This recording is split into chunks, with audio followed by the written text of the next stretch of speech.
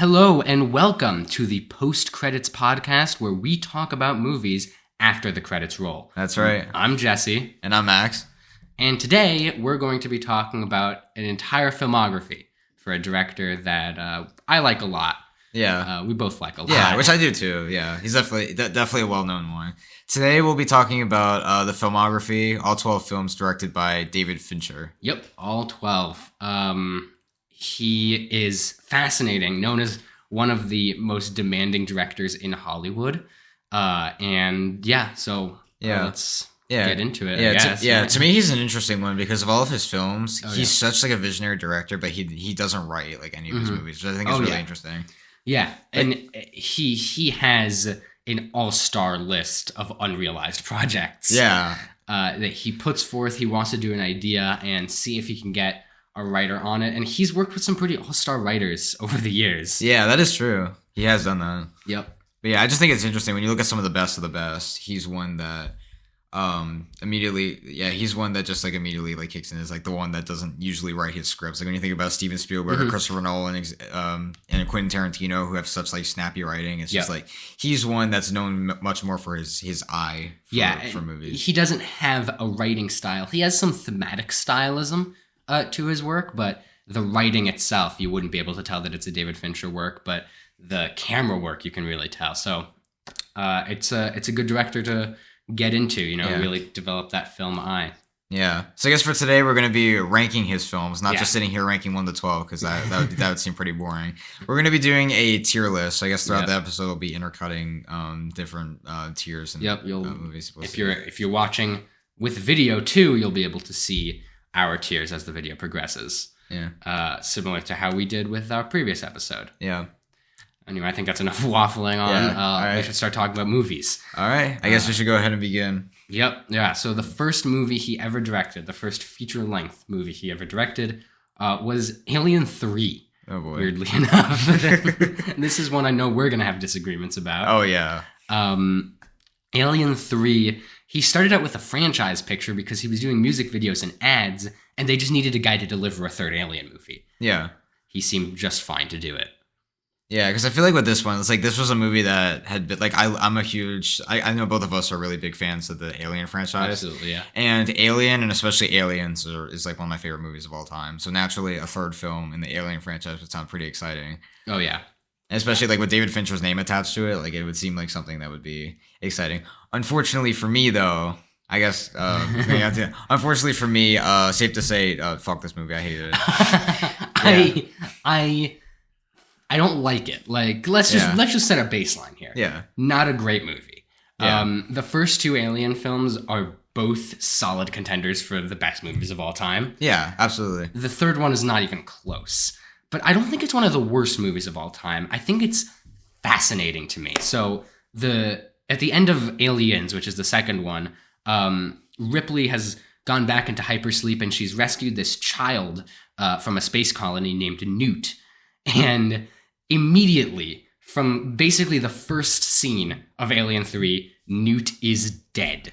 Like, the first two things this movie does is kill a child and blow up a dog. Yeah, that's just what turns me off about this movie is that the last movie, Aliens just ends so satisfying. Yeah. To where Ripley can finally sleep without nightmares and finds like a newfound family with Newt, the little girl she meets, and then with Hicks, who's the other guy. And then this movie, they have the great idea. It's like, how about we make Ripley suffer even more and we kill off the two people that we actually cared about and then send her in a prison where we shave her head. And it's just like, why would you do that? Actually, the shaving her head part was, I believe, Sigourney Weaver's idea. Yeah. Not the screenwriter. Yeah. But still. It just seems like so weird. I didn't think the prison setting was all that interesting. I thought it was super interesting. Yeah. Oh, man. Yeah, we totally disagree. Just the intro just really just ruins it because I just feel like it just destroys what made Alien so great. That it was all about Ripley finally being able to sleep without nightmares from the first two movies. And then this movie just completely undoes that. I think there's an urge when you make a third movie to make it bigger and grander than the rest of them. Yeah.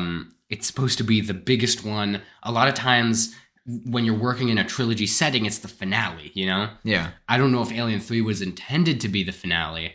And given how many more they made, probably not. Yeah. But like Return of the King is supposed to be the biggest Lord of the Rings movie. Toy Story 3 is supposed to be the biggest Toy Story movie.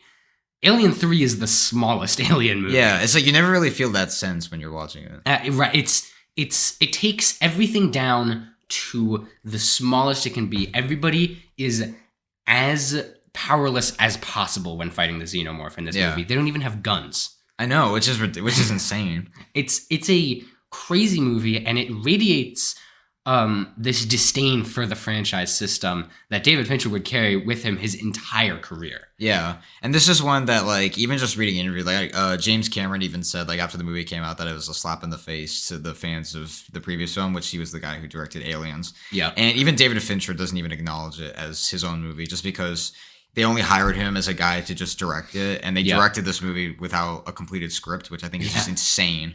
Yeah. And like they just basically just like kicked him out of the directing process. And technically, if you ask him about this, he has 11 movies. That's not being included, but technically his name is on it. So. The studio basically directed this movie, even though his name is on it. So even though this one, I really don't like this movie, I don't blame David Fincher at all for that. No, and stylistically, you can look at it and see a lot of David Fincherisms in it. He's of course a world-class talent. Like there's shots like. I will say that there are shots in this movie that are very well done. Like you can see his early talent, and then when we get to his next movie, I feel like that's one, or his later movies, I feel like that's one where it's like you really start to see him come to fruition. Yeah, and it's clear from how this movie works and how it feels that the studio kind of clamped down on it. During production, and a lot of the things that it tries to do don't land so well. When the director is being crowded out of the director's chair. Yeah.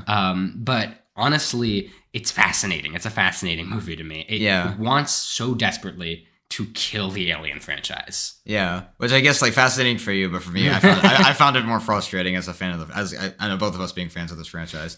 So I guess where I would place this one, I have it down at the bottom as like a D to F. I would lean towards F. Fair enough. I think I gave it a 7 out of 10, a 3.5 out of 5 on Letterboxd when I reviewed it, and I would put it solidly in C tier. It's not the best Alien movie. It's not the best David Fincher movie. It's not the best anything, but it is probably the most interesting. Yeah, I mean that's fair. It's just I can't get through the overlay every time. Even whenever I rewatch this movie, I've seen it twice. The second time I just fast forward it, and I just can't. I honestly don't blame you. It's not that good. But it's nowhere near as bad as Alien Resurrections. I think we can agree on that. Yeah. All right, so after Alien 3, and what was it, 1990 he did Alien 3? I think so. I think it was 1990. Yeah, 1990. 1992. Oh, wow. Whoa, we were wrong. We were so wrong. Yeah, only by 2 years. Only by 2 years. 3 years later, he directed what people consider still to be his best film, C7. As is stylistically made. Which as you say that, jumping from my least favorite of his, 7 is actually my favorite movie of his. I think it's just a brilliantly done movie. And it's one where I'll probably say this a lot, where it takes kind of like the traditional like older cops about to retire, new hotshot comes in as they investigate a killer. But David Fincher, like the atmosphere and the performances by both Brad Pitt and Morgan Freeman just for such an interesting, like dark and eerie police investigation that just like really had me captivating. David Fincher directs the hell out of this movie. It's like everything he wasn't using for Alien 3 went right to 7. It's crazy. It's the first movie he did with Brad Pitt. Wouldn't be the last, but it did kind of start the ball rolling on him getting the greatest career performances out of all of his actors. Yeah. Oh yeah, absolutely. He's that kind of guy where he'll take a scene 130 times to get the take where he likes what the actors are doing the most, and it reflects so well on screen, and you watch all of his movies and you're like, wow, Brad Pitt's really good, Morgan Freeman's really good, but that's so much to do with the directing and how many takes he does. Yeah. Which isn't, yeah. Of course, everyone talks about the ending. The ending of this movie is, of course, brilliant. But I feel like the ride to get there is just incredible. Like, it's just, the killer, obviously, the seven deadly sins, hence the title. And then you get, Kevin Spacey as just a great, so good. One of my favorite scenes in any movie when he walks into the police station and screams detective at Brad. Like, that's just, like, I had me, like, on edge. The movie is about these detectives, Somerset and Mills, I think. Yeah. One is a young upstart guy played by Brad Pitt. The other is an old grizzled guy played by Morgan Freeman. And they're figuring out basically what's supposed to be Morgan Freeman's last case because he's about to retire. And it's this guy who they refer to as John Doe going around and killing people in accordance with the seven deadly sins. So wrath, greed, gluttony, lust, and others, I'm sure. I'm sure there's others, but like the tone of this movie is so instead that like if you loved the Batman or watched Matt Reeves' The Batman, like that movie takes heavily from this, which is really impressive given that even though this movie came out like was it 30 something years now? 30 exactly. Actually, 30 years. 1995. Yeah. Oh yeah, that's right. It's 2025. So, yeah, like 30 years later, it's still a movie that's still being pulled. For inspiration. The environment in Seven is masterful. There is no happiness to be found in the world of Seven. It's so bleak. It's really, really well done. How it's about this guy who's finding his life. He's coming into his own through this case, and the entire world is rejecting that. And if you know the end of the movie, it will come to reject that even harder. Yeah. It's just like an ending that makes you reinterpret everything you've seen before, but one that's just like it really just does crescendo to that ending of like the final choices that Brad Pitt, Morgan Freeman, Kevin Spacey make just in the final moments. And it's one that it just has just such a distinct look. Obviously, like David Fincher's directing really comes into fruition here. Yeah. But just like the overall like detective investigation, like it's not full on like murder mystery. Well, I guess it is murder. Kind of. I mean, yeah, it kind of is a murder mystery, but like not like a traditional like whodunit kind of thing. Yeah. But like it's just like a film that just really dives into what a serial killer is like capable of. Yeah. Especially like the opening credits too, like where you just see like the tape in the book. Like it's just incredible. It's just incredibly well done. David Fincher became known for his opening credit sequences after a little bit because they're all excellent. He puts a lot of thought into them and a lot of care into them. And this is the first one where you can really, really tell how much care went into that. Yeah, absolutely. Totally. I think the last 20 minutes of this movie are the best in David Fincher's filmography. Oh yeah, absolutely. It's the ones that like definitely like have like or like it like had me like on a chokehold when I first watched it. Yeah, there are scenes from basically every David Fincher movie that stick out in your mind and that you're going to remember. This is probably the most poignant of them. Yeah. The what's in the box scene, which is career performance from Brad Pitt, career directing from David Fincher. Everything comes together in that scene. It's amazing. Yeah, it's incredible. This is a movie that I would definitely throw up there in the S tier. Like this is this is like the epitome of David Fincher's filmography as for me. Like he has some great films that we'll get to, but like for me, like I've always thought that Seven really came out on top. This isn't my favorite, but it's one of them. This is one of the best movies he's ever directed. One of the best movies ever. There's a scene that's not the end, but that really stuck with me, where they're bringing in this guy, and all of the corpses are. It's basically all the detectives are arriving to the corpses like a week late. Yeah. This guy's constantly 9 steps ahead of them, so all the corpses are crazy pale and gross and mangled, and they bring it in to the hospital, and this guy has gotten the worst of it. Like, there were some creative and interesting and weird kills. This guy's gotten the worst of it, and then he moves in his bed, and everybody freaks out because he's still alive. That was the actor's legitimate reaction. Like, because like the dude like lost weight for that, but like the actors didn't know what was gonna happen, and so he jumps up and like you can just see the terrifying. Yeah, that got me. That's one of the scariest scenes in David Fincher's filmography. He doesn't do horror really, but that was scary. Yeah, that was horrifying. That was a jump scare. And I think the start of his thematic journey is here. Yeah. It's about depravity. I don't know. Depravity. Depravity, yeah. People are depraved. Yeah. And that's the thesis of almost all of his movies. Some of them involve killing, some of them don't, but this is it. And it's amazing. It's a very, very good movie. Yeah. Where was your ranking in terms of the tier list? S. I mean, this S, is cream of the crop. This is in his power for it, you know? Yeah. Totally, absolutely. I think it's my second favorite David Fincher movie. So yeah. Tease for the top, I suppose. Ooh. Yeah. But yeah, no, excellent movie. Yeah, it's a great movie. Absolutely. All right, so it was 2 years later he made his next movie, and his gaps between making movies are usually a little long. Like, he doesn't do a movie a year because his movies take like 8 months of filming to do. Yeah. But they're also usually pretty long and pretty good, so. Yeah. So I guess it works out for it. Yeah, right. So 1997, he released his next movie called The Game. Yeah, starring Michael Douglas. I have a feeling you're not going to like my thoughts on this movie. Okay. I will let you... yeah.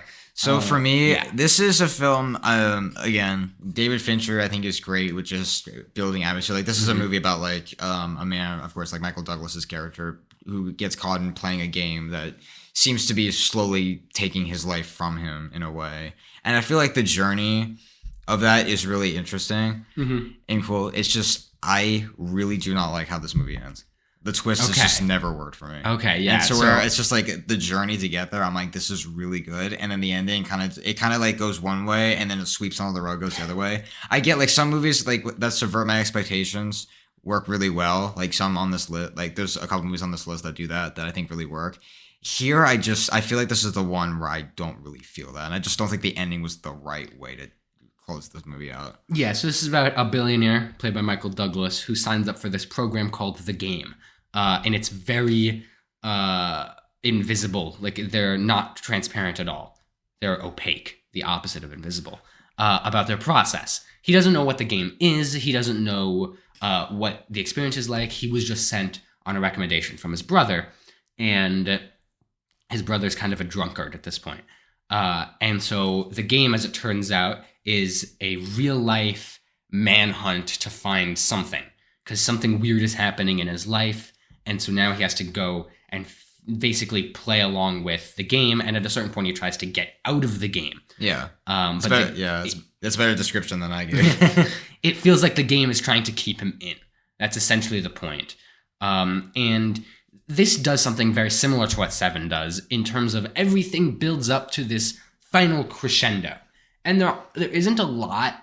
Like, as we get further in his filmography, there's less and less of a crescendo to his movies, but this is another one that I think is very good. Like, I really like that ending scene, and I totally disagree with your opinions on the twist. I love the twist. Really? I think the twist is excellent. I just never thought it really... without going into too specific, I just never thought it like really... I just didn't think it was the natural way to end it. Like, I feel like the journey of him on the game, I didn't think it was nearly as good as Seven in my mind. No, not as good. Yeah, it was still like interesting, but like the twist for me, I just think kind of brings this movie down to where it's just like, I don't know if that was the way that I think the movie should have gone. Like, I'm not saying I get like some movies try to subvert your expectations, but like in this way, I was just kind of like, maybe I would have preferred it ending a little bit differently than it did. It's hard to say whether I would have preferred the ending had it been different. And do you think we can spoil? Yeah, I think we can. I think you've signed up for a David Fincher podcast. You're going to get one. Yeah. Basically, at the end, he doesn't know whether he's in the game or not because he's broken into the game's facilities, like their HQ. And he's on the roof, and he has a gun, and basically there are people that are from the game that are coming up through the stairway to come and meet him. And he's kidnapped this one person from the game. And basically she's saying, don't shoot that gun because this is real. This isn't part of the game. Everything else was the game. There was always a safety net, but this isn't part of the game. And he is spending that moment debating, do I shoot? Do I not shoot? What should I do? There are people coming through the door. And he shoots, and it's his brother holding like a bottle of wine because it's his birthday. And they're going to have a party, and he shoots his brother, and he's like, oh my God, what have I done? And he throws himself off the building, and he lands on a trampoline, and it's revealed everything was in the game. And it reframes how you think about the movie going back. Yeah. Because literally every single thing that happens in that movie is part of the game. He gets sent to Mexico in a box. And that's part of the game. There are safeguards in place. I guess just my issue with the ending is just like the whole time she's like, oh, this isn't again. Like I was able to like just see it through, which was for me a little bit disappointing. And then the part where he like just shoots his brother, I'm like, oh, well, that's obviously like, to me, it just seemed like very like, I don't know, anticlimactic, or it's just like for everything that he went through throughout the entire game. I just don't know if that was like the right crescendo to end it on. And then the whole thing with like the girl just saying like, oh, this isn't part of the game. It's like, well, for me, like from seeing what Michael Douglas had to go through, obviously it would probably be part of the game. Right. And I was like, oh, well, yeah, that would make sense. I think I thought it did a great job of telling me what was happening where and misleading me in just the right ways. There were some parts that were a little iffy. There was a part where he sees an actor on TV and it's somebody from the game. And he's like, I know that guy. He's from the game. And he goes and tracks him down at the zoo to like talk to him and figure out what the hell's going on. And that I felt was a little. There are a few moments like that. Yeah. But like I said, like it's intriguing enough. But like especially like watching this after 7, it's just like I just don't know like if it lives up to that. I watched this before 7. So I didn't get that dramatic crescendo. I didn't realize what he was capable of. This was the best crescendo that I had seen from him. Yeah. And then for me, like him jumping out of a building, falling on a trampoline was a little bit silly. Maybe in my mind, it seemed a little bit silly. This movie would probably be less of an impact if I had watched it again. Yeah, you know. But for the first time, it's a good experience. I really enjoyed it. I think it's a solid B tier. Yeah, I would agree. I think it's a solid B, but for me, I think it would probably be on the bottom of the B tier. Yeah, I think that's fair. I think there are probably some B tier movies that I like less. But this definitely doesn't feel like one of his big like ones that you talk about when you talk about the majesty of Fincher. Yeah, like when you talk about Fincher, like the game is the one that you hear as like his best. I think it's good if you're a fan of mystery movies, if you're a fan of David Fincher as a filmmaker. I definitely give this one a shot. Yeah, absolutely. This isn't, in my mind, this isn't anywhere near his best. This is one that you watch when you're trying to watch all of his, and I definitely think it's good. And if it's available, you should give it a watch. But it's not a must see. And if you just want to get what Fincher's about, there are better movies. Yeah, I would agree with that. So yeah, I think it was another 2-year period before his next one. I think so. And this is, I think, undoubtedly his most popular movie. Oh yeah, especially when you go on like film, like anybody talking about film, you hear this movie getting thrown out. The Game or next one. Yeah, the next one. Fight Club. Yeah, Fight Club. Even outside of film circles, this movie gets referenced. Everybody knows at least the first rule of Fight Club. Yeah. And we're going to be breaking the first 2. Yeah, we're definitely breaking the first 2 in this one. The first 2 rules of Fight Club, of course, are don't talk about Fight Club and don't talk about Fight Club. So this is a movie where Brad Pitt creates a fight club. Yeah, essentially. It follows this unnamed Edward Norton character who meets this guy named Tyler Durden, played by Brad Pitt, on a plane. And when he gets home from that plane ride, his apartment has exploded.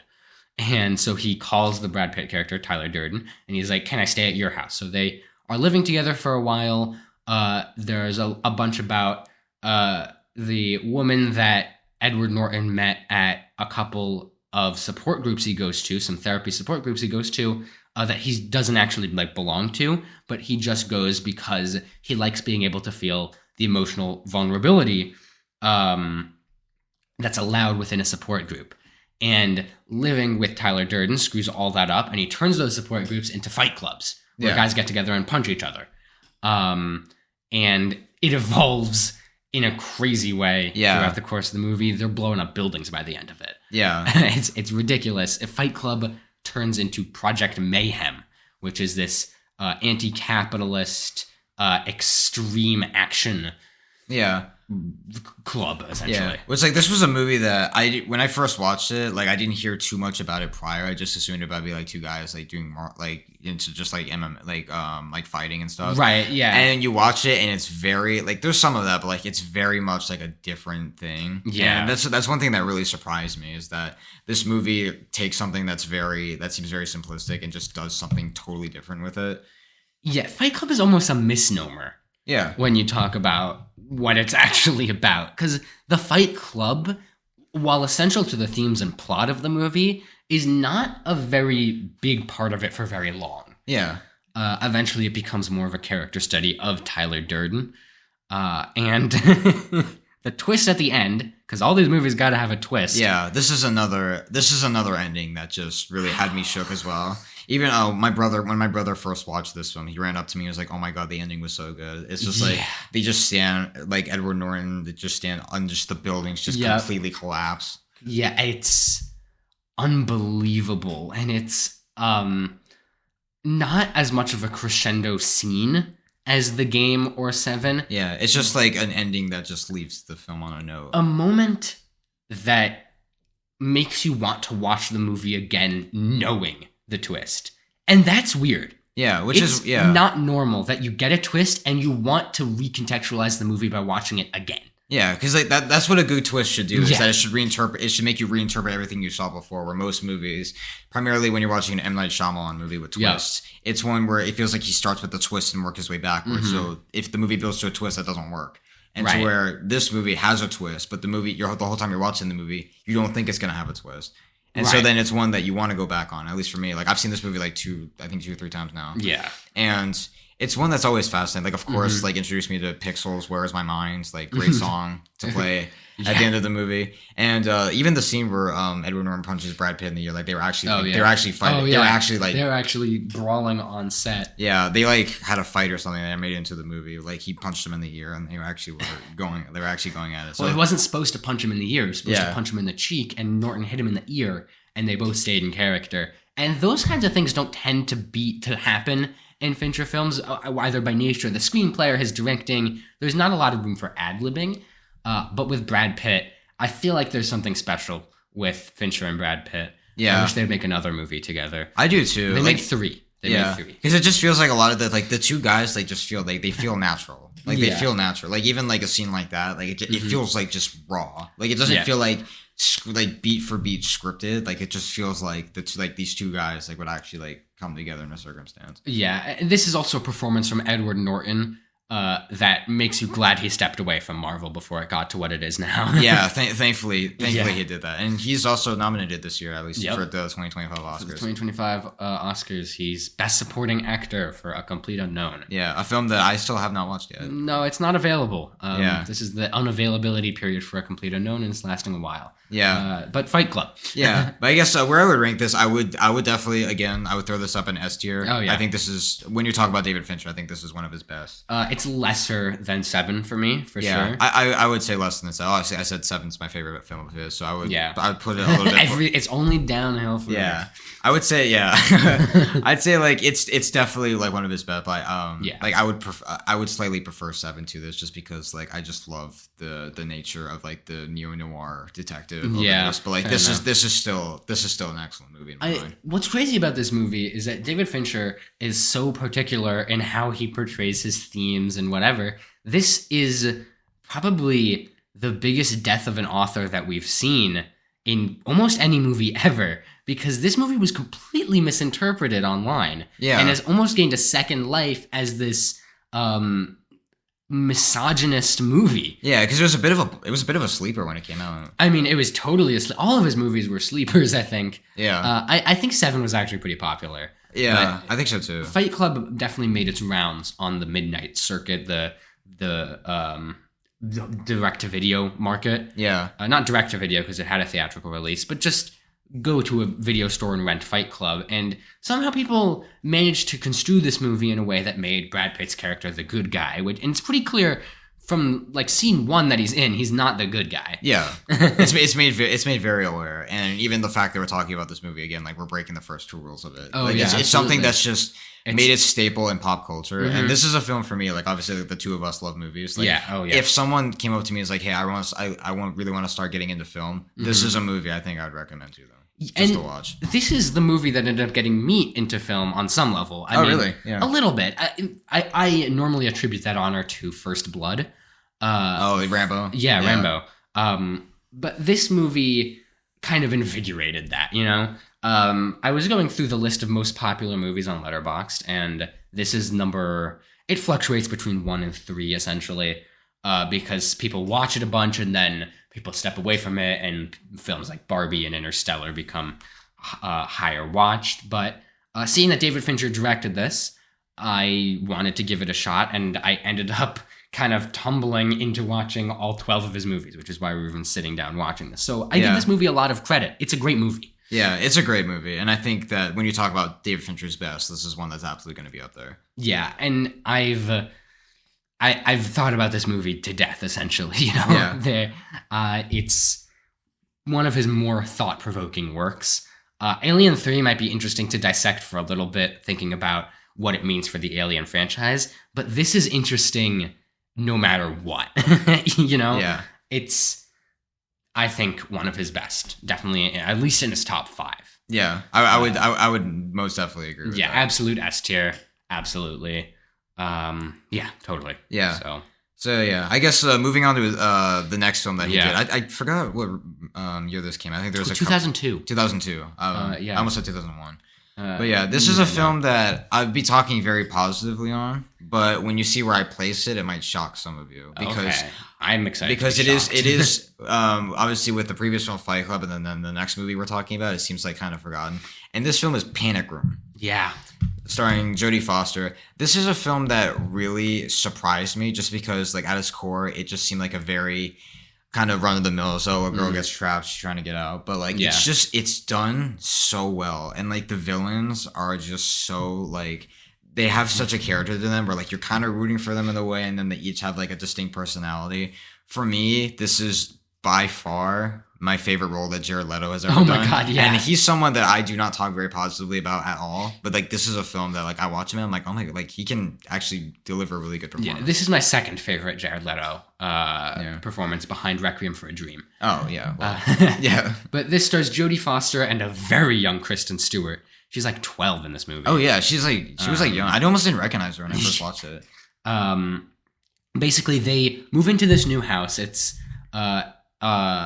a very nice house because they live in like upstate New York or I think New York it's City or something. I think it's somewhere around there. They live in New York, which normally a place that's very expensive to live in, and you don't normally get a lot for it. But this house is very nice, and it has a panic room where if there's an intruder, you go into the panic room. It has a separate phone and everything, and MREs, and basically you can hide out there and wait for the police to show up and deal with your issue. And basically, as soon as they move into this place, a break-in happens. And the entire movie takes place over the course of that one night as they're trying to fend off these robbers, and everything goes wrong because they've just moved into this house. Yeah. The robbers are played by Jared Leto and Dwight Yoakam and Forrest Whitaker. Yeah. One of my favorite actors of all time. This is the movie that actually introduced me to Forrest Whitaker. Yeah, I guess it did. Yeah. I want to say Arrival did in a more dramatic sense. Yeah, I get this and Arrival. I was like, This is a great performance from Forrest Whitaker. It's a great performance from everyone. I think Kristen Stewart might have lost some acting range as she grew up because she's great in this one. Yeah, if you kind of discount Twilight, which I've never seen. I've never seen Twilight, and I never will. But I might. Robert Pattinson's in it. Oh yeah. Yeah, but I guess this is one that's just like it's a movie that. When I talk about it, like obviously talking about it now, I don't have too much negative to say about it. Right. But why I don't have it as high as I'm about to rank it is because it is kind of run of the mill is one of these kind of things. Like it's not one that like I have distinct problems with, but like there's not a ton in this movie that I was like, oh my God, like the some of the previous ones like Seven and Fight Club just had like endings that just like shook the both of us. And this one it's really good for what it does, but doesn't have that wow factor, but doesn't have that like wow this is bad factor. It really doesn't have an ending that wows you, and it's a weird point in David Fincher's filmography where he kind of starts like experimenting a little bit. Like he made a lot of these depraved movies, and this is a high action thriller, like which is interesting. He isn't very interesting. I think this is in competition for maybe one, but like he hasn't really done like too many action movies. Really. Yeah, I mean Alien 3 was action. But he didn't want that wasn't a David Fincher movie. That was a studio picture that he happened to be at the helm of. So it's strange, and you don't get a lot like this in his filmography, and it's good for what it is. Like I liked it.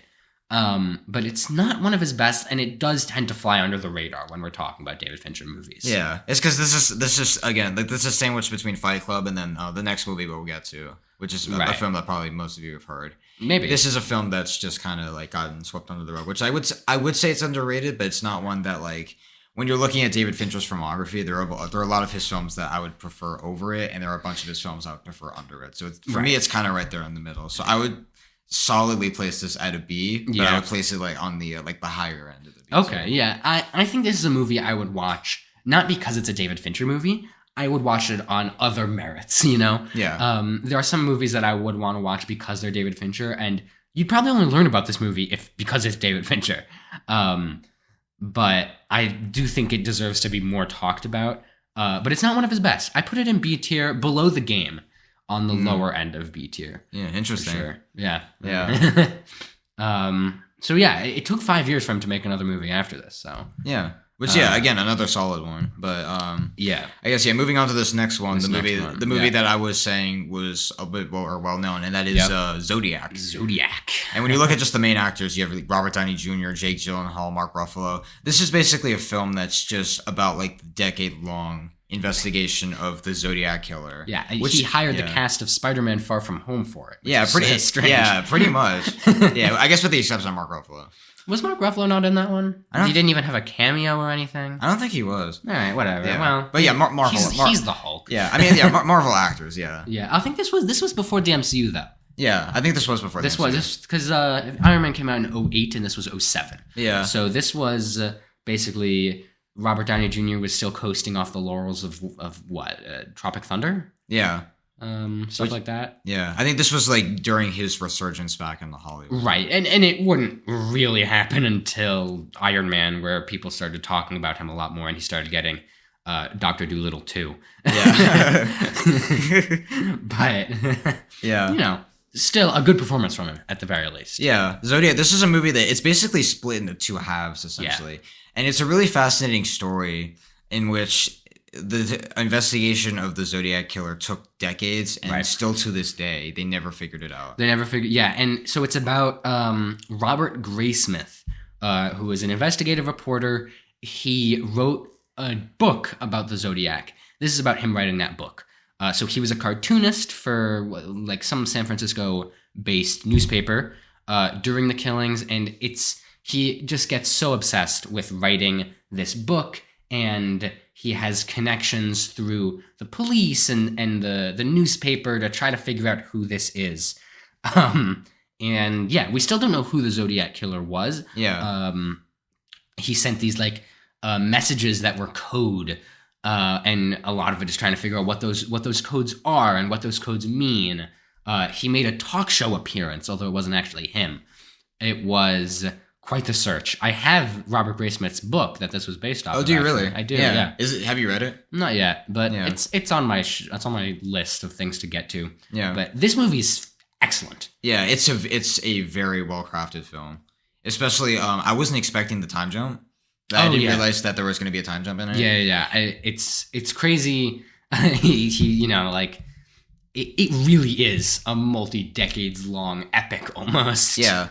It feels epic, but also being small scale, that it really is this investigation, and you just see the tension between these people, and you're expecting it to come to this conclusion where they finally find the killer, but because it's based on a real life killer, they never do, and still to this day, the killer has never been identified. Right. There are a lot of historical movies where you just know that history gave them a bad hand in terms of the ending for a movie. Oppenheimer is a great example where the movie has to end with this trial where Oppenheimer is like getting like his citizenship revoked or something. And it's not the most exciting part of his life, but it's a part that Christopher Nolan shoots the hell out of and makes it one of the best parts of the movie. Yeah. This feels a lot like that, where there's no conclusion to this story. The movie doesn't even make it feel like there's a conclusion to this story. And it's just one of those movies that it's like 2.5 hours long. It makes you wish that it was 5 hours long. I would watch so much of this movie. Yeah, you know? I would too. It's definitely one for me that kind of like you said, that like it's just a film that it's absolutely captivating just from beginning to end. Great performances all around. Yeah. The one thing I will say, and then when I make this placement, I'll elaborate more into that. It's just like I feel like the second half after the time jump I thought was more interesting than the first half. Not saying the first half was bad, but I thought once it get the time jump, like it really started to get going. Like I was invested for the first half, but I was waiting something to kick in, and then once I expected the time, maybe it's because I didn't expect the time jump, and then that whole part I just enjoyed a whole lot more. And by the end of it, I remember most of what I remember is from the second half, not the first half. Fair enough. I think it's excellent. I definitely think it gets better as it goes on. I think Robert Downey Jr. gives a great performance, but the movie gets better when he leaves. Yeah. You know? Unfortunately, that part of the movie is just so much better. I do wish he was in it. And Jake Gyllenhaal's one of my favorite actors. Yeah. So like, he's excellent in this one too. Yeah, he's great. He's really great. So where do you put this? Yeah, I would put this in the A tier, which is the first film of his I would put in the A tier. Okay. I think that it's great. I think it's definitely better than the two movies I have in B tier so far. Mm-hmm. And it's one that I don't quite have on the level of his best, just because the second half I do enjoy a lot more than the first half. But it's still a great watch. Again, if you're into thrillers or just into David Fincher and the movies in general, this is definitely a movie to check out. I legitimately think this is better than Fight Club. Really? Yeah, I do. I do. I think this is better than Fight Club. It's just so amazing. He shoots the hell out of it. Everybody's acting their hearts out. The script is on point. Like it doesn't get a whole lot better. Fight Club is one of the greatest screenplays of all time. This is right up there with it. Just perfectly paced, totally thrilling. There's a scene near the end involving a movie poster and this guy who owns like a theater. Oh, yeah, I know what you're talking about. They're trying to trace the Zodiac's handwriting based on his time, like the suspect's time working at the movie theater that this guy owns. Yeah. It is one of the tensest parts in any movie. It's a great scene, especially for me. Like I currently work at a movie theater, and so even watching this scene on reflection, it's just like, even as someone who works in that business, it's just like that more like intriguing, because it's just like, oh yeah, it is scary. Yeah, it is scary, especially scary. As someone who is in that position, like it is horrifying. Yeah, very few people have basements in California. Yeah, that's all I'll say on that. Yeah. Great movie. It's about obsession. You know, it's about the things that lead to somebody doing this, and I feel like Fincher sees a lot of himself in a lot of the characters he makes. You know. Yeah. And we'll get to, especially in his more recent movies, where he's been kind of reckoning with his own career. And I think we see that in a lot of the greats. You know, Martin Scorsese in Killers of the Flower Moon is basically entirely about his career almost. Yeah, in a way, it was. But this, I feel like we're starting to get a sense of David Fincher analyzing his own obsession with filmmaking. Yeah, at this point, like he's really come into his own. Like he's had like a bunch of big hits, and then this is the one where like he solidifies himself. This is the prime of David Fincher. You know, this stretch that from 1999 to around 2010, this is the 11-year stretch where all of the best movies get made, essentially. Other than Seven, which was 95. Yeah, which that's like the film. That's like really his first film. Right, that's what puts him on the board. You know, that's the thing that gets him his blank check. This is when he's firing on all cylinders. Yeah, like this, at this point, like he's an established director. Yeah, absolutely. And, you know, we can start to see him reckoning with that. And I think that's shows maturity in a filmmaker when they're willing to do that. Yeah, and absolutely. Yeah, where would you rank this one? This is S for me. S tier. Wow. This is above Fight Club, but below 7 for me. I mean, that's fair. It's definitely fair. I love it. I don't know. I mean, I just have it at A tier just because of my thing. But like, I mean, S tier. Like, I wouldn't be mad at that. Totally. And it's great. This was one of the first ones that I watched from him, actually. Oh, really? This was right after Fight Club I watched this. And he at this point, the 3 movies that I had watched were, not counting Seven, which was the last one I watched, and I kept it to last because I heard it was the best. But of the 3 movies I watched, the first 3 I watched were my 3 favorite. Yeah. And then there's Seven, which I watched last. Yeah. But yeah, Zodiac's great. Yeah. And then I know we're saying he's on a hot streak. This next one is not so hot, I guess, for the both of us. Bad time to bring up his hot streak, because the next movie he did was The Curious Case of Benjamin Button in 2008. Yeah, which this I was shocked to find out that this movie was nominated for Best Picture.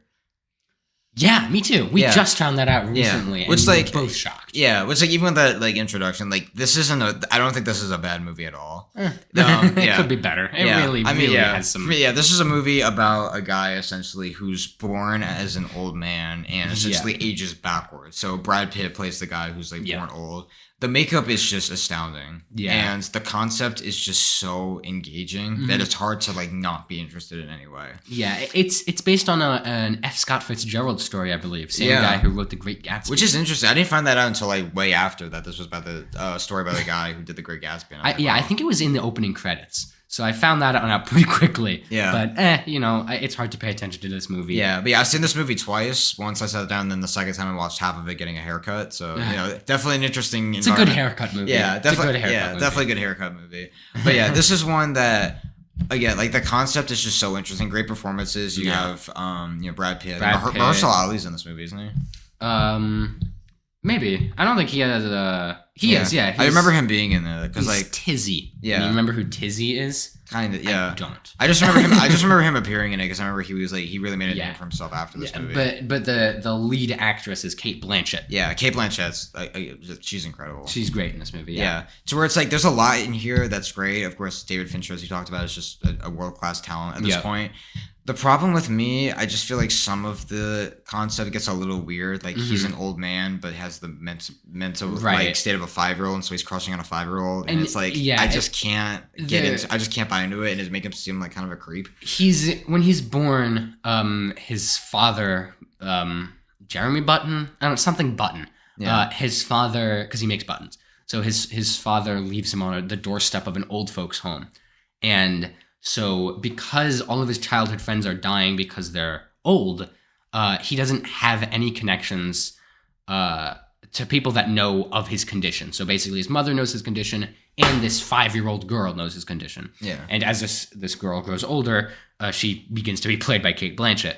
But there's a scene where they're hiding under a table together and like crushing on each other. And then basically they have to drag the old guy away because they think he's old and like a pedophile. Yeah. And it's weird. Yeah, because like there's some of that I just couldn't, like some of that stuff I just couldn't buy into. And it's a story where I think the concept is better than the actual plot itself. Like I remember the concept of the movie, but I don't remember like the specific plot itself. I do remember the specific plot, I think. Yeah. It's not one of his most memorable, at least to me. Right. He basically is out there in the world. At a certain point, he begins to travel the world, and it starts when he goes out for drinks at a brothel with his father, and then he signs up to be on a crew for a ship that then like he's like getting younger. He's in his like 50s and 40s by this point, and that ship gets drafted into World War II.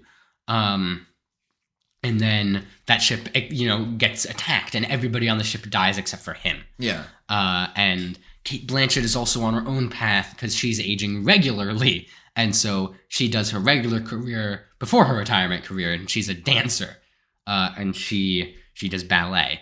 And, their paths cross sometimes, and they get farther apart other times. Yeah. I think the weirdest thing about this movie is that it's all told essentially Princess Bride style. Yeah, almost. Like now that you mention that, it feels very Princess Bride-esque. It's this woman talking through with her mother on her deathbed, and her mother has requested she read this journal, and this journal is the story of Benjamin Button.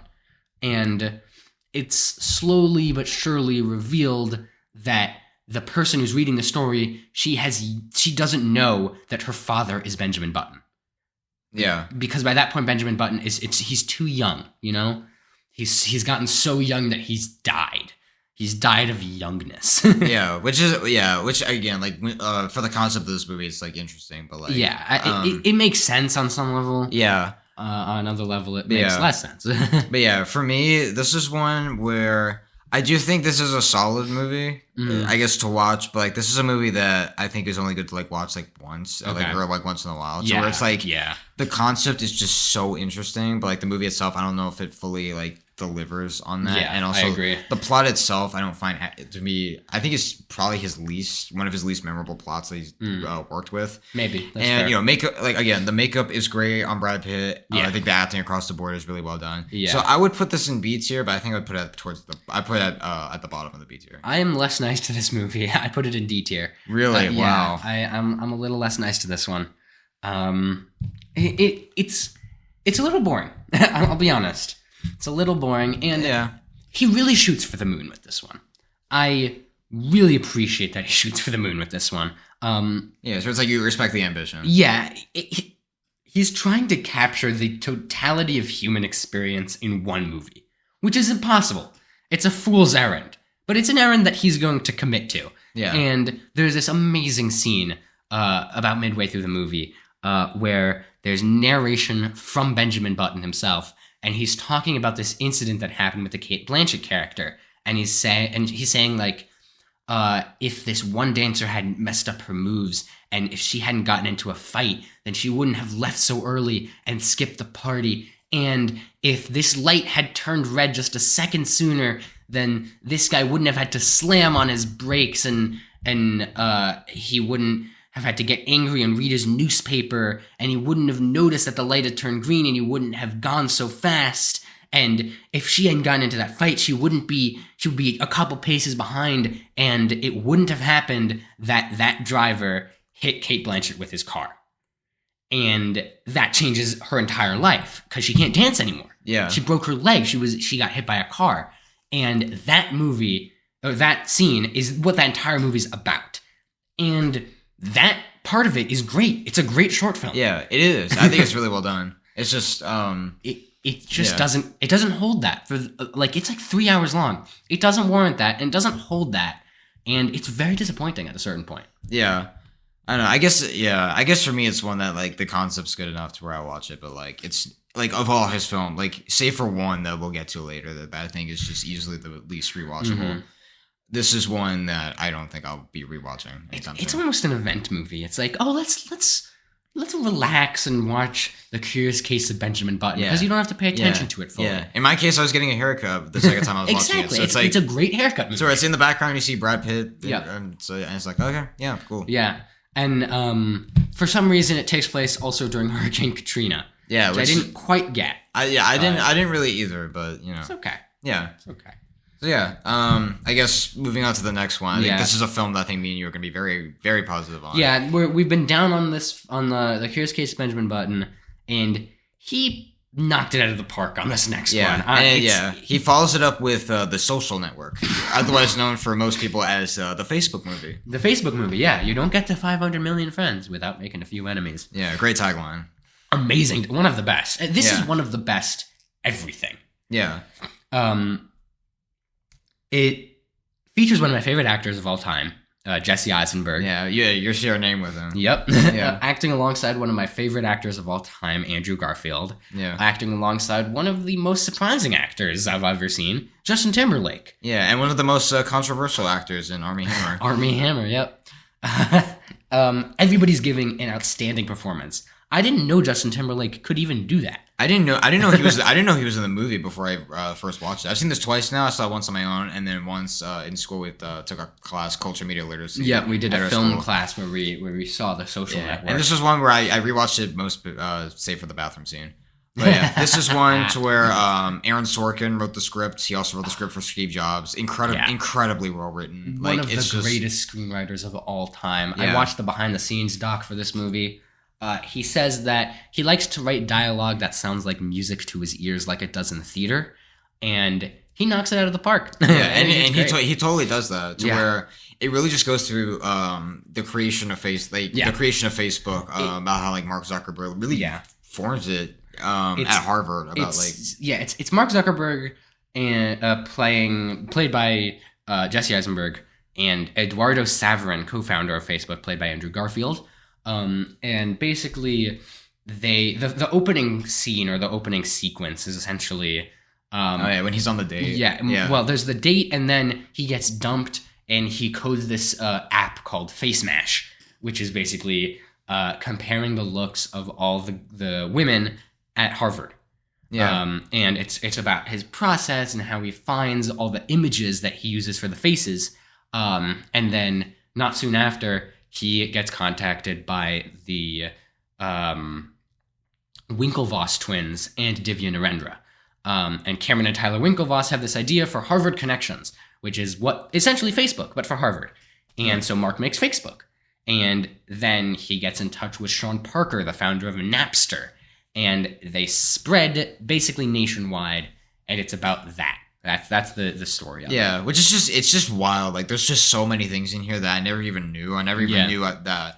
About just thinking of an app that more older people use now that started basically as Jesse Eisenberg, or I guess Mark Zuckerberg. Yeah, Jesse Eisenberg. Yeah, I guess him playing Mark Zuckerberg to where he's just rating like women on at Harvard, which is like you take that and then you like just turn that into one of the biggest social media platforms that's out there. Yeah. And it's just a really well done script. Like, everyone's giving a great performance. Like, as you said, I never knew that Justin Timberlake could act as well as he did. Oh my god! And he never did it again. And he never did it again. We got Trolls instead. Yep. That's what I would love to see Timberlake and Fincher reteam again. Yeah, I don't think I feel like that directing style probably didn't rub off super well on Timberlake. Yeah, he wasn't part of the behind the scenes documentary, which is never a good sign. Oh yeah, that means that doesn't. Yeah, it doesn't. Good. But anyway, it was worth it for this crazy good performance. Yeah, but the movie's just incredible. It's so good. Yeah, it ends. So good. Yeah, it ends in a way. Like, I know a common theme talking about David Fincher's ending. Like, this isn't like a twist reveal that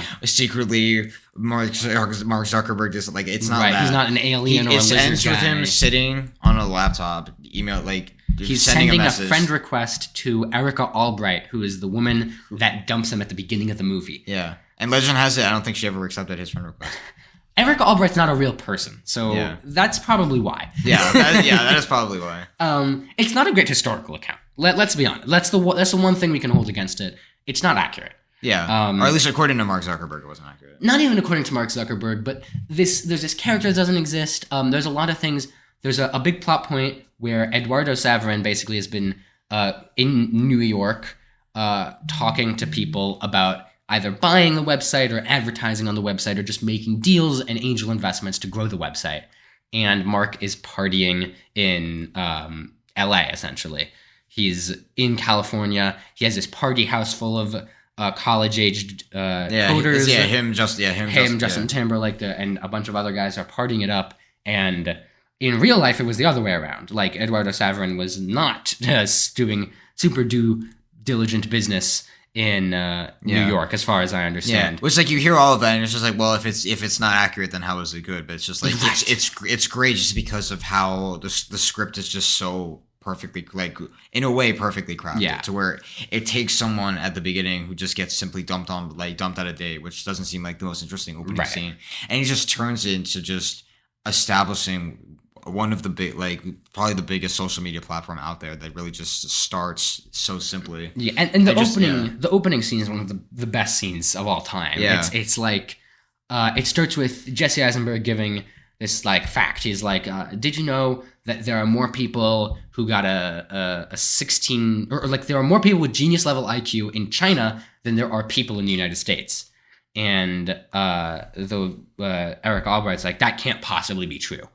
And he's like, it is. So the question is, if you got a 1600 on your SAT, how do you differentiate yourself? And she's like, I didn't know they took the SATs in China.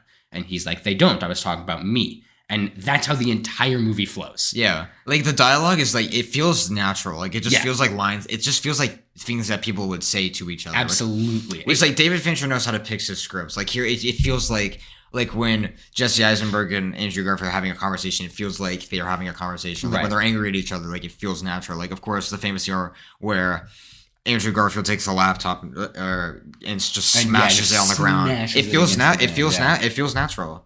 Oh yeah, it totally does. I totally agree. But the way that the dialogue is crafted for Mark Zuckerberg, he's the weird one, you know? Yeah. And you could not have cast a better actor than Jesse Eisenberg. Yeah, perfect. Yeah, he just absolutely nailed it as Zuckerberg. And I think even if you look at Mark Zuckerberg now, like, Jesse Eisenberg, I think was the perfect guy. Right. And it's strange. It's very strange to me, because this movie was made when Mark Zuckerberg was still young. Yeah. He was going through these lawsuits. The movie cuts back and forth between Facebook and the Winklevoss twins and Eduardo Saverin suing Mark Zuckerberg for various things. He was still kind of doing that. Like that, he was still facing some backlash for the creation of Facebook when this movie was made, and it kind of serves as a barometer for what we think about Facebook. When it came out, maybe people thought that it was giving Zuckerberg too hard of a time, but now it kind of feels like we let him off easy. Yeah, you know? It feels like we haven't like gone enough, and right. And it's still a film that just holds up to this day. Like it's just like the rise and fall, basically. Yep. And I think that's one of the things that I think David Fincher directing wise just does really well. Like he's known for doing a bunch of takes, but I think here you can see that it's just like every single scene feels like the perfect version of it. Absolutely, and I mean. This is my favorite David Fincher movie. Well, yeah, I was 100%. This is my second favorite behind Seven. So yeah, this is I think for both of us, I think this is absolutely an S tier. There's no question about it. It's amazing. Yeah, even though it may not be the most accurate, but that doesn't mean that it's not a great movie nonetheless. Right, and it doesn't mean that the script is well done, and it doesn't mean that David Fincher can't direct the hell out of some really intense sequences. Agreed. Totally agreed. Everything that David Fincher is good at is in this movie. Yeah. Everything those actors are good at is in this movie. Everything Aaron Sorkin is good at is in this movie. Everything the score is done by Reznor and Ross. Oh yeah, Trent Reznor. It's the best Reznor and Ross score. Yeah, it's great. It's something else. Yeah. Out of this world. The Social Network. Yeah, amazing. Definitely Amazing. an S tier movie, and I think I would absolutely recommend this movie to watch. Yep. 100%. Yeah. And this was the first one I saw. Really? This was the first David Fincher I saw. Yeah, mine was 7. And then I followed up with Alien 3. So both of our firsts are also our favorites. Yeah. What do you know? I'd say so, yeah. But yeah, I guess, moving on to this next one, I think this kicks off like the 2010s. Yeah. This is a movie.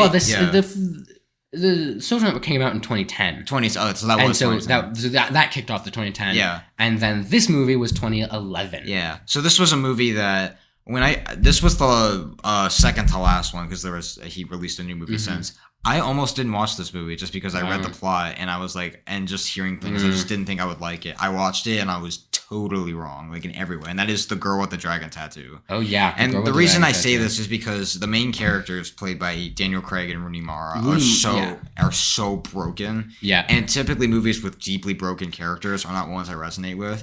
But here, what David Fincher just does so well is that every time they do something, it's interesting. Like there's a bunch of rabbit trails they go on, but it's like the way it's framed, the way it's written, it makes you want to go down those rabbit trails with them. So Rooney Mara played Erica Albright in The Social Network. Yeah. So I'm happy to see that she was able to get a David Fincher movie where she was the star. You know, she's the leading actress in this movie. I didn't like it. Really? You didn't like it? I thought it was okay. And I just felt like it could have been so much better. It's definitely his darkest movie, and it's also probably the most confusing and opaque and just kind of annoying movies. Yeah, and I'm shocked because this was the one that surprised me, but it seems like it disappointed you. It disappointed me a lot, and it's like, it's not that I hate what he did with the movie. I just don't think the material was necessarily there to fit what his directorial style really entails. Yeah. Because he has such particular attention to detail, and this movie really, really wants to keep you in the dark about a lot of things. Yeah.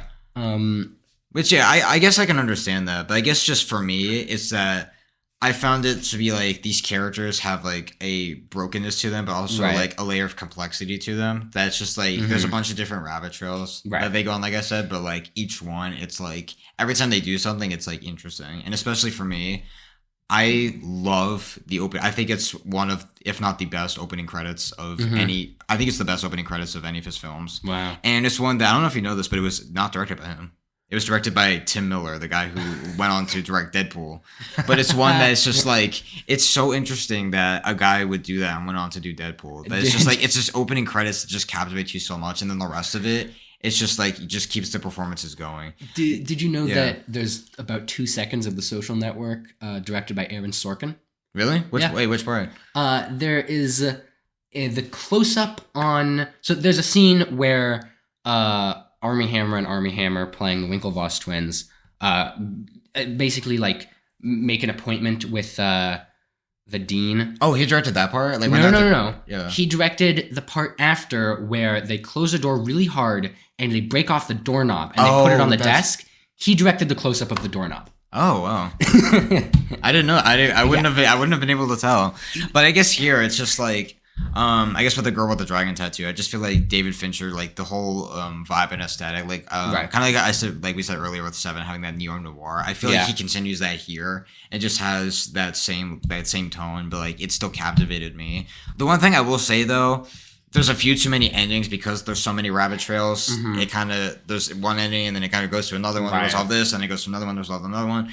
And it's like, I don't feel like it's like, I just think it had a little bit too many endings to resolve by the end of it. Right. Which I think pulls it back a tier for me personally. But it's a film that I really, I think is really good. We should probably talk about what it's about.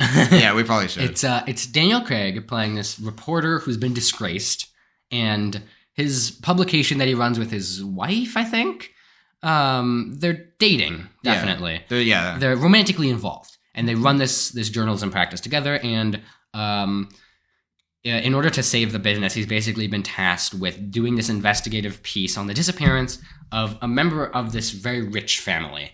And so he travels up to like North Sweden, and it's like very cold and very snowy and very drab. And he's living in this cabin and investigating the lives of these people to try to figure out what happened to this one person. And then there's also the Rooney Mara character, who is like a ward of a property of the state, like an orphan kind of. I don't know the exact term. I don't remember. Yeah. But like, you know, she's not independent. She's dependent on the government. And the like social services officer that she's being assigned is a rapist.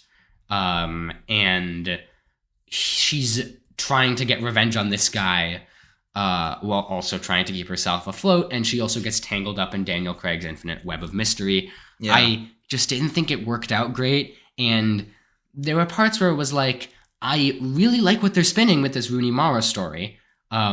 It's interesting.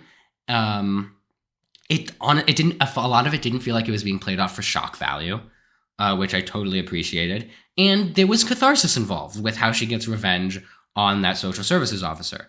I didn't think that it fit in well with the rest of the story, and I didn't think the rest of the story was entirely interesting, and I felt like it was trying to do, at the end, it tried to do a classic Fincher twist, and it fell flat on its face. Yeah. I mean, yeah, save for that last part, I would disagree with you there, but I'm surprised as a two journalist, I'm surprised you didn't connect with this one a little bit more. But Zodiac did journalism so well. Oh yeah, true, yeah.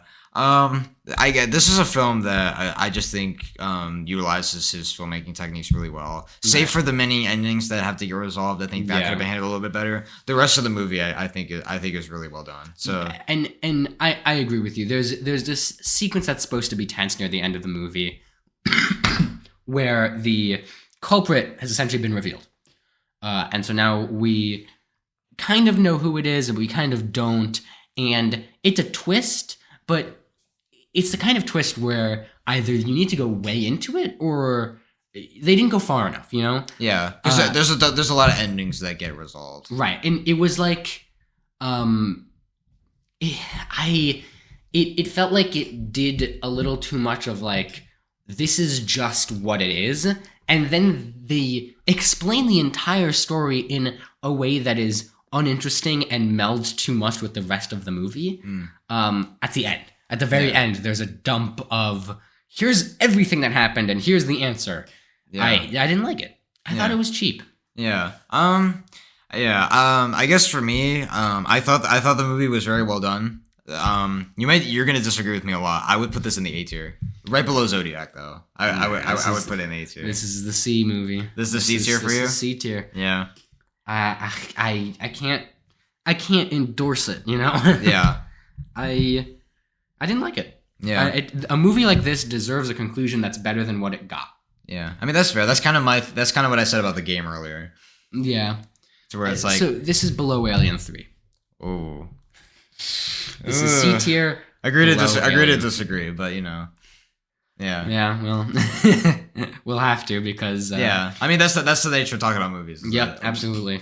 Each have our own opinions, and I didn't like The Girl with the Dragon Tattoo. Yeah. It's fine. You didn't like Alien 3.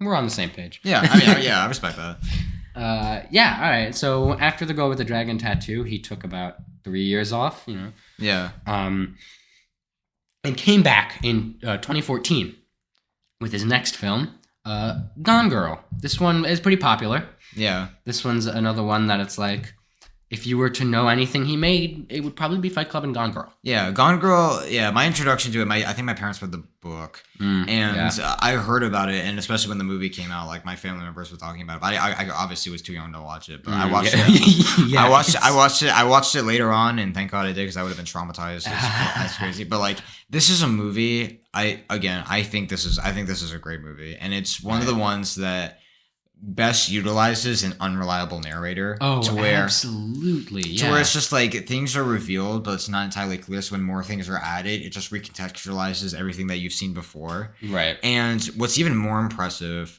is that the twist happens right in the middle of the movie.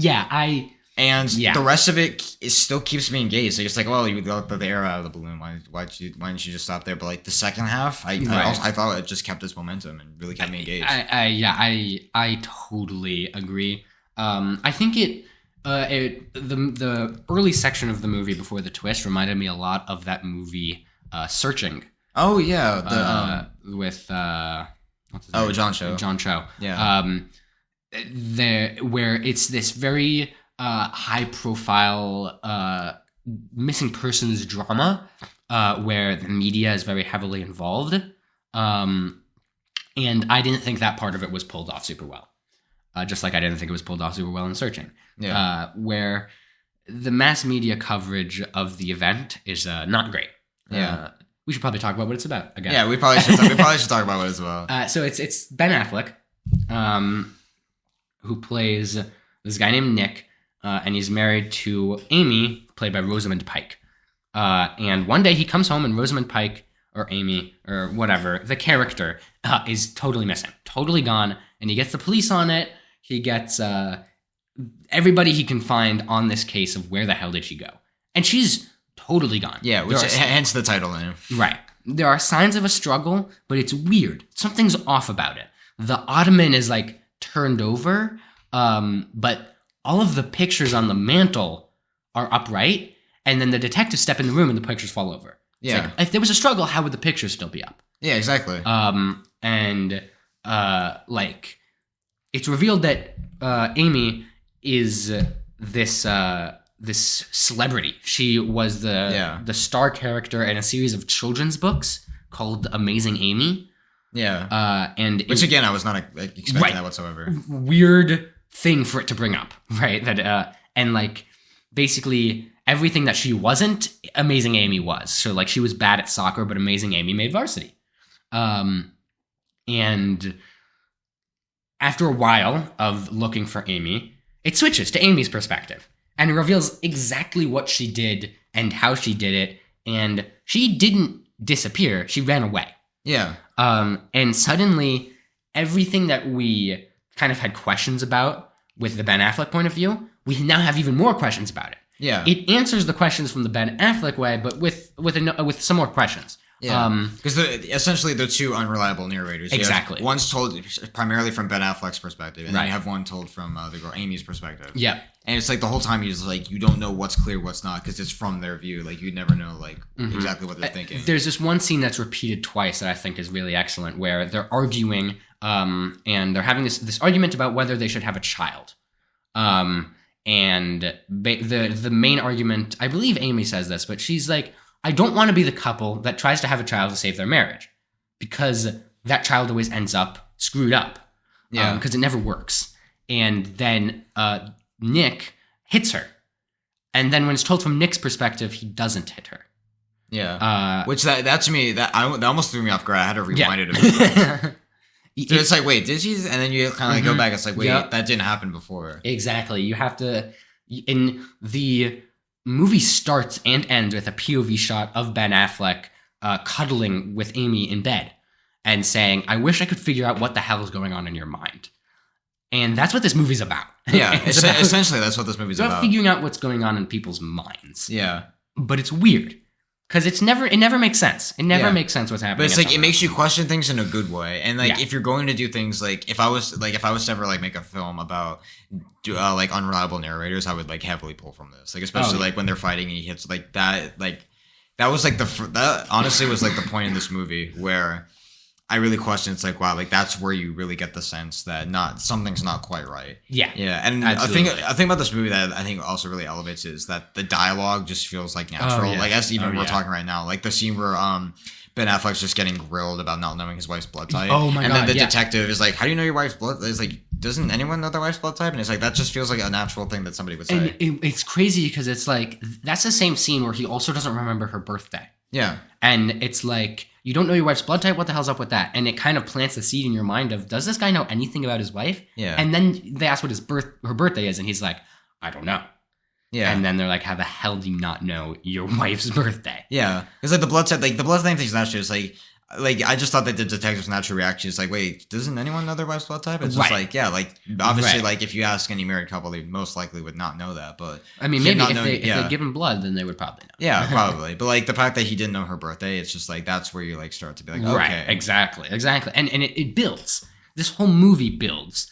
And it's there are there are scenes near the end where you realize that you actually have no idea what's going on. yeah, And to tell you the truth, I don't know the true story of this movie either. Basically, there are a couple of constants. She disappeared, she ran away, and she got robbed by a southern couple while hiding out in like Missouri. yeah, That's what we know. And everything else is told both through the perspectives of Nick and Amy, and there's no certainty behind it. And Yeah. it's very excellent at doing yeah. that. It's an excellent film. I think it's great, yeah. You might be surprised. I'm throwing this one in S tier. I think it's the bottom of the S tier for me, but Okay. I would throw this up in S tier for me. This one's A. A tier, A yeah, Very, very solid A. yeah. I mean, I mean, again, like I have it in S, but like A tier, like also really good. This does for me what The Girl with the Dragon Tattoo did for you. Yeah, And I appreciate that, you know? yeah. It's I mean, that's why we like- talk. That's why we talk about film. It's Yeah. like interesting just to hear Yeah. your perspective on it. right, you're right. So like, I also think it has the same unabashed approach to its topics, like its content, that The Girl with the Dragon Tattoo did. You know? and it just feels like a scenario that could like be so real, especially that it's just like it doesn't feel like a movie. Like it just actually feels like something that would happen. But you're seeing it from two perspectives, so not everything's quite clear. Right. But when you know two different people, they obviously will think different things. Absolutely, yeah, yeah. It's really, really interesting the way that they do this movie. Yeah. Yeah. Definitely. For me, one of his best. Yeah, definitely. Top 5, I would say. Yeah. This is below Fight Club for me. Yeah, but above the game. Yeah, Better than the game. I'd say for me it's below 7, The Social Network and Fight Club for S tier, but Right. I think it betters everything that came before it. Fair enough. Yeah. So But yeah, speaking of better than what came before it, this next film is not quite so better than what came before. And there was a 6-year gap with this one. right, this was surprising. So in the time between Gone Girl and this next movie, David Fincher signed a contract with Netflix. Yeah. To do TV shows and also a couple movies. And in that time, he executive produced a TV show called Love, Death, and Robots. Yeah, and then he was also heavily involved with Mindhunter. Mindhunter, yes, that was the other one. So Yeah. Mindhunter and Love, Death, and Robots were his TV shows, and we're not going to be reviewing those. Yeah. We might at some point. At some point we could. if you want to Yeah, hear us 'cause, review yeah. it, let us know. Yeah, Mindhunter did get canceled, but there are Yeah. hopefully I'm praying one day that they'll bring it back. And Love, Death, and Robots is an anthology, so Yeah. it doesn't need to get canceled. It's basically canceled itself. Yeah. But yeah, I guess the first of his 2 now Netflix Right. movies is Mank. Mank. I know you're like, who is Mank? What is that? I would not think who is Mank. I would think what is Mank. What is yeah. So basically this is a film that basically tells how like the making of Citizen Kane Yeah. and how the writer Herman J. Mankiewicz got his name attached to it. Basically Yeah. set in the golden age of Hollywood. For instance, Golden Age is to where it's like, Citizen Kane is widely regarded to be one of the greatest movies that's ever been made. Absolutely. And this is the film that kind of tells about not Orson Welles, but Herman J. Mankiewicz. The second most famous alcoholic involved with Citizen Kane. Yeah, the second most. For me with this one, when I heard this was announced, when I saw the trailer, this was back I think 2020 when this came out. I knew this was a film that was probably not going to be for me. Technically, this film is like brilliant. Like David Fincher just perfectly recreates golden age of Hollywood films, like with the black and white, the cigarette burns, the sound, the cinematography, the performances are great. You got Gary Oldman, you got Amanda Seyfried. All of that is great. The problem with me for this one is that I respect the craft that went into it, but it's a film that just assumes that you know the knowledge of 1920s Hollywood. And for us, more so like we're not golden age film buffs. And so for me, I always felt like I was behind what was going on. Like people were introduced, but I didn't quite know who they were in real life. And they people just start talking, but I didn't really know what they were talking about. And like the whole movie, I was just like, I don't care. So it's like, I love how you film this, but I do not care. I didn't care about the characters at all. And Mank spends most of this movie bedridden, dying from alcohol poisoning as he finishes this 200-page script for Citizen Kane. And it kind of flashes back to like, here's, him walking around talking to his buddy who is depressed because the Great Depression is laying off all these workers and he's not going to be working at Warner Brothers for a long time. He can't feed his family, and he bought a gun, and his wife sends Mank over and is like stop that, and Mank comes home and to that guy's wife, and he's like, oh, don't worry, I stole the bullets from him. And he shows her a case of bullets, and she's like, he always has at least 5 cases of ammo on him, and then he kills himself. Yeah. And like that's basically a story in this 2.5 hour long story. Yeah. I didn't like it. I hated it. Yeah, I didn't really like this one either, but I feel like it's a movie that, as a film, I would probably say like it's a well-made film, but like technically on the David Fincher side, this is a technically brilliant film, but on a story level, it was 2.5 hours of I don't know, I don't care.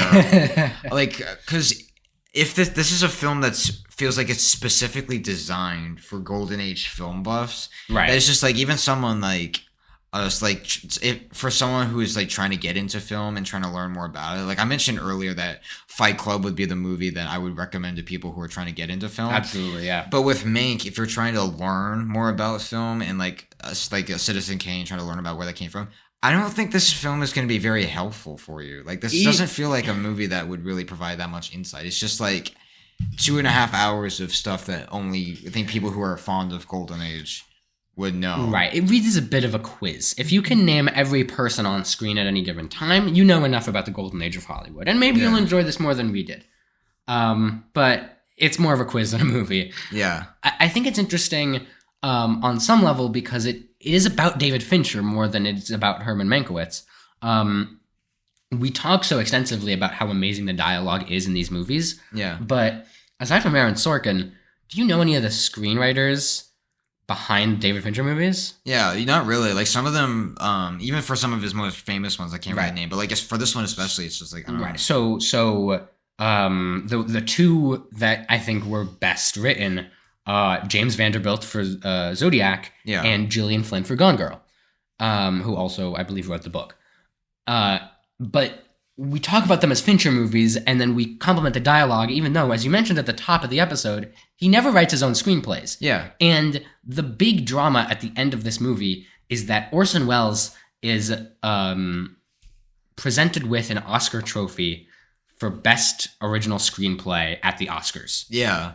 And the entire movie, Orson Welles didn't write a single word in Citizen Kane in this movie. And that's the big thing. And this movie also got a bunch of Oscar buzz. But The Curious Case of Benjamin Button got Oscar buzz. Yeah. And we don't know who wrote it. Yeah. Because that's what this movie feels like. Because like this film, it's a love letter to the Golden Age Hollywood. Yeah. And for that, I can respect it. Like I respect a lot of it. Yeah. But it's not one that like clips, like it's like even just like viewing clips of it, just seeing like how he filmed it. but this isn't a movie I would ever rewatch. So Yeah. I don't quite have it on like the D to F tier with Alien 3. I would put it as a C just because I respect some of the craft, but I don't. I have it as an F. It's straight yeah. F. It's not a good movie. I respect that David Fincher has a lot of awe for the early days of Hollywood, and he recreates it very well. But I don't care. Yeah. I just sincerely don't care, and that's the first hurdle for a movie. Yeah. Do I care? And I don't. So for a movie about a screenwriter, could have used some better writing. Yeah. I would definitely agree with you there. Yeah.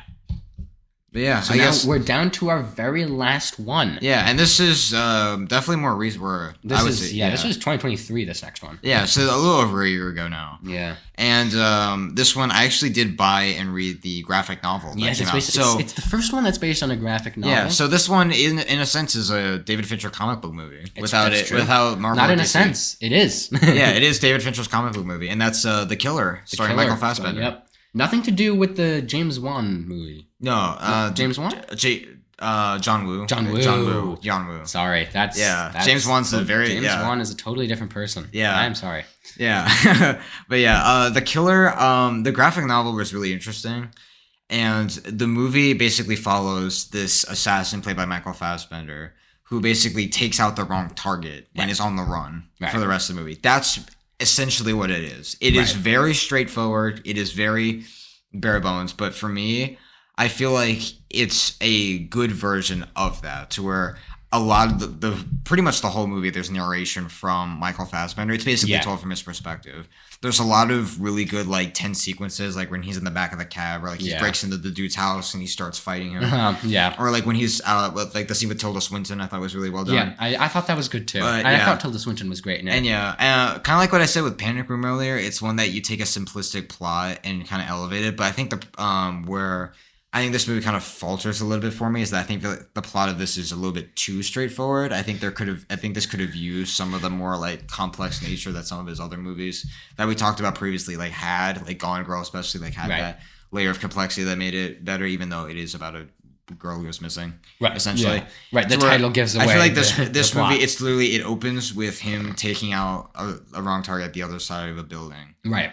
And that's it. The whole movie just follows him on the run, him changing his, having different identities, him killing different people, and it's just the entire movie basically feels like a montage. For better or worse, it feels like a montage.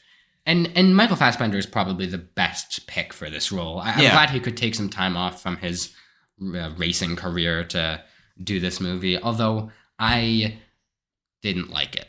You didn't like it? I didn't like it. It felt too similar to Mank for me, where the entire movie.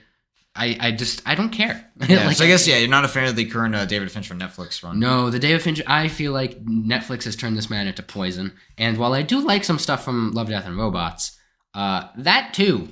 He directed one episode that I haven't seen, but that's hit or miss for me. Yeah. I don't like a lot of what he's putting out. I don't know. The Killer didn't strike me as good. I thought that everybody's performance was one note. And Michael Fassbender, I get, but I would have liked something from the supporting cast. Yeah. And it just feels weird. It feels more like Alien 3 did, where you'd see a scene and you're like, oh, that performance slipped through.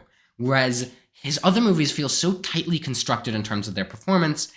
This doesn't feel entirely intentional, and it's weird. This is because this is a Michael Fassbender vehicle, and kind of like what you were saying to that, I think we would agree here is that I feel like the plot of this movie is way too straightforward. Yeah, and I read it. Like I said, I do have the graphic novel. I did read it. The graphic novel is very straightforward in terms of how there are scenes from that. I know you haven't read, but there are scenes from it that are plucked straight out of it. That makes sense, and I feel like David Fincher just excels at that, and just living just this dense, common theme with a couple of his movies that we've talked about previously, but just these dark, dense, these backgrounds that that just really captivate you in a sense and just make it like a lived-in world essentially. And I feel like here, I just feel like there could have been a little bit more, like maybe a twist or something in the plot, or like especially like elevator supporting cast. Like you have Tilda Swinton in the movie just sitting at a table talking. Right, and that scene's good because Tilda Swinton is there. Yeah, it's good because she's in it. Or like Michael Fassbender breaks into a house to kill a guy, but there's not a whole lot there. It's a well done sequence, but yeah, this movie doesn't realize what it has, and that's a shame because it has something. Yeah. There's a pearl in here that you can extract to make a good movie, and that's what a lot of Fincher's career has been. Finding the pearl, you know? Yeah. He finds the story in the unfinished story of Facebook. Yeah. And he finds the pearl in the story of the Zodiac killer. And they're in Panic Room, you know, simplistic plot, but he finds the pearl. He doesn't find the pearl here. Yeah, it's where it's like he finds the claim, he's able to get it open, but he doesn't find the pearl. But I think even like, in comparison to Mank, I just feel like he doesn't find the clam. Like it's just like out of there, or he finds it, but just, like he finds it, cleans it beautifully, but you can't see what's inside of it, so you can't really make much out of it. It feels like he's caught up in his own mind, being David Fincher, that he doesn't deliver a David Fincher movie. Yeah, and that's too bad. Yeah, it's which really bad. I did like The Killer. I thought it worked pretty well as a dense thriller. I just wish that the plot was a little bit more straight. Had a little bit more complexity to it. So I would put it in the B, like in the middle of the B tier. I think I would put it above Benjamin Button, and this might make you mad, but I might put it above The Game, but I would put it below Panic Room. Yeah, I think it's the Netflix era for David Fincher has been very introspective and thematically interesting, but the content of it hasn't been interesting. Because I think this movie is about Fight Club. And we touched on this earlier about how Fight Club was super misunderstood. Yeah. Even now, people think that it's a sort of misogynist aspirational movie, and it's not. And I feel like that's what this is about, because Michael Fassbender, very calm, very particular, very methodical. His catchphrase is anticipate, don't improvise. Yeah. That's very David Fincher. Or it's like, stick to the plan. Stick to the plan. Yeah. Right. He's very careful about everything, and then he messes up. Yeah. And it feels like his journey going on the run, running from these guys, is indicative of what David Fincher is going through with Fight Club. Yeah, essentially.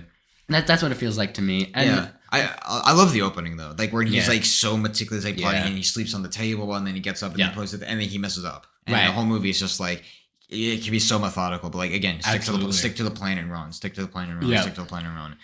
But like the entire movie is a montage. Yeah, and it's too bad because these movies had potential, and I don't know whether it went wrong on Fincher's end, on Netflix's end, or some other place. Maybe it was wrong, that the screenplay was wrong. I don't know. But something went wrong, and I put The Killer in D. D2, yeah. Below The Curious Case of Benjamin Button. Yeah. So yeah. I guess before we wrap up, I guess we could share like our final rankings. I guess from bottom to top. From bottom to top. You want to start? Sure. So I guess with me, at number 12, the only movie I have in the DNF category, which actually surprised me talking about these movies out loud. I didn't know if I would have a little bit more. Yeah. Alien 3, again, like I said earlier, I really do not like this movie. Yeah, fair enough. Seeds here, I have Mank, a movie that I just respect the craft on a filmmaking level. I think it's technically brilliant, but a story that I do not connect with whatsoever. And then B tier, I did have a couple movies in here. The one at the bottom, I guess my number 10 would be The Curious Case of Benjamin Button. Yep. A movie that just has a concept that's just so gripping, but a plot that's just not as memorable, and a few too many scenes that I just felt like were a little bit weird when you are adapting a concept like that. I just feel like there's a few scenes that didn't quite come to fruition. And then number 9, probably my hot take for you, The Game, a movie that I think is intriguing until the final ending, which I feel like was a little bit anticlimactic in the way it wrapped up the twist. But it's a journey that I still like going on. To where I did watch it a second time, right after I first watched it, and it's a movie that the journey I think is better than the payoff. Yeah. Which that doesn't make it a bad movie at all. I do think it's a good movie. It's just I don't think the payoff is as good. Fair enough. And then above that, I do have The Killer, a movie that I really enjoyed it as just like a neo-noir thriller. Kind of reminded me of the Hitman video games in a way. Okay. They made a movie about those. It wasn't very good. Yeah, it was not good. But yeah, and one where I feel like it could have used some of the more complex plot, and maybe it could have had more elevated supporting cast a little bit more.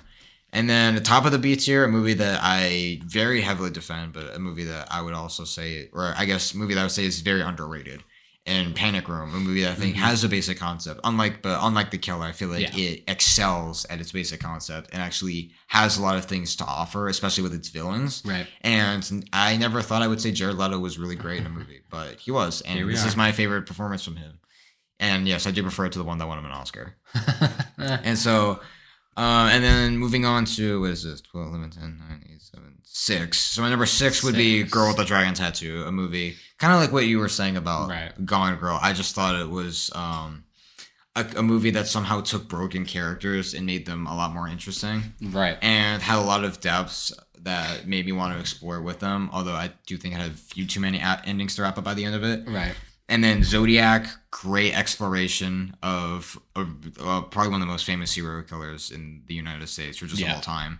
And one that is still haunting that they never figured it out to this day. Yeah. And the movie it really does show that. And although what does hold it back from the S tier is that I do feel like the second half is excels for the first half, just because maybe because I wasn't expecting a time jump in the middle. Yeah. And then S tier, again, S tier, I'm going to be praising all these movies. 4, I have Gone Girl. This, again, a simple concept, but just executed with absolute perfection. And one that I think this film is the best use of an unreliable narrator. Fair enough. And one that its biggest twist happens in the middle, and you're still invested. Like, that should just tell you right off the bat that this movie is just impressive. It's impressive. And then number 3, Fight Club. Anytime you're on like film media, anything, you will always see this movie on there. Still a really interesting discussion, really unexpected character study with Tyler Durden, and one that just absolutely builds to an ending that still has me shaken to this day. And my number 2, The Social Network. Is it the most accurate? No, but that doesn't mean it has one of the best scripts from Aaron Sorkin, who's one of the best screenwriters of all time. Yeah. And some of the greatest performances, and one that I never knew that Justin Timberlake could act so well. Right. And one that made me love Jesse Eisenberg more than I already do. And then my number 1, 7. I don't know if David Fincher will ever make a movie that will reach the heights of some of these, especially not 7. It's just great detective thriller. I think of all like detective thrillers, I think this is the one that really stands the test of that. And again, an ending that just absolutely works on every level, and one that I love talking about and watching to this day. Yeah, right. Good list. Yeah. So now I'll go into mine. In the F tier, I have one movie, which is Mank, my least favorite David Fincher movie, sitting at number 12. Ironically, the most accurate representation of the historical period it's based off of is also my least favorite movie. Yeah. So it's too bad. It's kind of funny. His most accurate is the least. Right, exactly. His least accurate is the best. Maybe there's an inverse relationship to the accuracy of his depictions of times. Yeah. In D tier, number 11, I have The Killer, which, again, accurate to the comic. It's still not a great movie. Michael Fassbender doing his thing. But still was better in the Ridley Scott Aliens. Number 10, The Curious Case of Benjamin Button, a movie with high aspirations that it doesn't quite live up to, and that's a shame, because it should. Number 9, in C tier, The Girl with the Dragon Tattoo. Unfortunately, I wish I could have liked it more, but I just felt like it didn't come together in the way that maybe they were hoping it would, and it gets lost in itself a little bit and its own hatred of humanity. Number 8, Alien 3 in C tier. A movie that is endlessly fascinating, if not a little weird, a tonal shift for the Alien series, and one that set it probably on a wrong course, but good on it for trying to end it right there and then. At number 7 in B tier, Panic Room, a pretty simple thriller that I think gets a lot of mileage out of its performances, and it's just a shame to see that some of these actors peaked so young. Number 6... Yeah, especially Kristen Stewart. Well, specifically Kristen Stewart. Yeah. Number 6, The Game in B tier. Another solid thriller that still has a little bit of that leftover 7 residuals that I think just works really well. Number 5, Gone Girl in A tier. Very, very good thriller. And, all of these past this point are going to be great. And this one is barely held back. It's not that I didn't like it. It's just that there were some parts of it that didn't really hit as hard for me as maybe I was hoping. Then his Power 4 in S tier, number 4 is Fight Club. Great movie. We've talked about it at length. Yeah, we've broken the rules many times. Many, many times. Number 3, Zodiac. Just amazing movie. People called Mark Ruffalo a revelation in Poor Things. He's been revealed to me since 2007. Speaking of 7, number 2 is 7. Which I think is fun because when you write it out, you put a little 7 instead of the V, which makes it be pronounced as C7N. C7N. C7N. Yeah, C7N. Yeah. Number 1, The Social Network. Just really great all around. If there was one movie that I had to watch forever and ever and ever, it would either be The Social Network or Donnie Darko. Ooh, nice. So, Social Network, 100% my favorite David Fincher movie. Yeah, I mean that's why. I mean our top 2 are basically switched, but like the same. Yeah, like the same movies are on the top 2. So we both ended up with a Power 4. We just switched Gone Girl and Zodiac. Yeah, and then Girl with the Dragon Tattoo I had quite a bit higher than you. Oh, much higher. I didn't like it and you liked it. Yeah, and then on Alien 3 I had way lower than you. Yeah, and then The Killer you had higher than me. Yeah. And the Curious Case of Benjamin Button you had higher than me. Yeah, only by a little bit though. A little bit, but still, it's that little bit that counts. Yeah. So yeah, that's David Fincher. That's our opinions on David Fincher. He has a new movie coming out in 2026, I think. I believe he does. Yeah. Bitterroot. We'll probably. You're just gonna get the food if you look up Bitterroot. Yeah. On Google. David. But yeah. So. It starts filming early 2025. So, okay, so it'll be done probably December. Yeah. So we'll be looking forward to that. Hopefully we'll do a review of that when it comes out. And if you want to see us, or listen to us rather, talk about his TV shows, we'll also do that, maybe. Yeah. It'll take a little while, though. So you want to do Letterboxd plugs? Yeah, sure. If you want to follow me on Letterboxd, it's at MJ Spiegel. I post as often as I can. A lot of my stuff recently has just been newer things, but I plan to update it soon just with things I watched in general. Mm-hmm. I am Threnvy, THRNV, and I leave a review for every movie that I watch. How often do I watch? It varies. So, yeah, and that's us. This has been the Post Credits Podcast. Yeah, hope you enjoy listening and catch us on to the next one. Roll credits.